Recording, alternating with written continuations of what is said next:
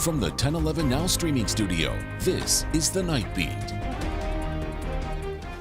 Good evening, I'm Danielle Shenk with your headlines for Thursday, December 12th. After years of effort and months of turmoil, medical marijuana is now state law. Governor Jim Pillen issued a proclamation today confirming voters approve the legalization and regulation of medical marijuana. This follows a Lancaster County judge dismissing John Keene's challenge earlier this week. But now, according to the Nebraska Examiner, the Nebraska Supreme Court has expedited his appeal, seeking to block the law. They will now set a deadline for briefs and oral arguments. A mystery is unfolding along Highway 36 in northern Douglas County, where large objects like furniture and a bicycle are being left in the road. Garrison and Schuyler Beach narrowly avoided a serious crash after swerving to miss a piece of metal and ended up in a ravine.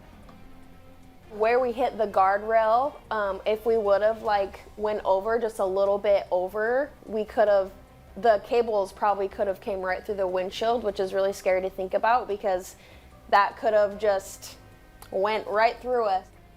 Beach said that as soon as they got out of the car, a man appeared as if waiting for them. The Douglas County Sheriff is investigating a subject of interest in connection with this incident. Investigators are working to determine the cause of a fire that heavily damaged a business in North Lincoln earlier this morning.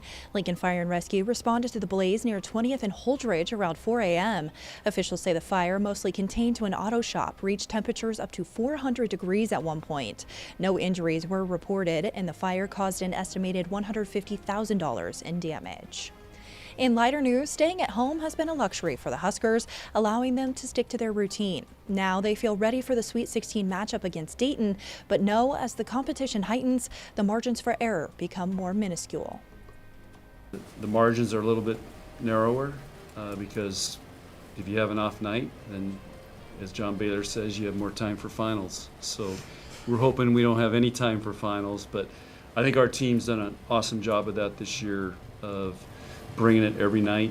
We're trying to do it for the person next to each other, and hopefully, at the end of the day, that will be enough to get us to a national championship, which is what we want. Just trying to simplify it and just remind each other that we do this every day, we're just playing another volleyball game, and that way we're able to kind of remain calm in those really big moments. Friday's match will start around 8:30 p.m. depending on the Wisconsin-Texas A&M match. As for the Dayton Flyers, this is their first Sweet 16. In football news, Williams Winery, a former five-star recruit, has committed to Nebraska from the transfer portal. Ranked as the second best player nationally in the 2024 class, the defensive end played 4 games this season at Missouri. And Phil Simpson officially joins the Huskers as the outside linebackers coach. Simpson, who was a quality control coach at Nebraska in 2023, returns after serving as a senior defensive analyst at Florida State in 2024. He will coach the Huskers in the upcoming Pinstripe Bowl. Rounding out your night beat is a check of the 7-day forecast.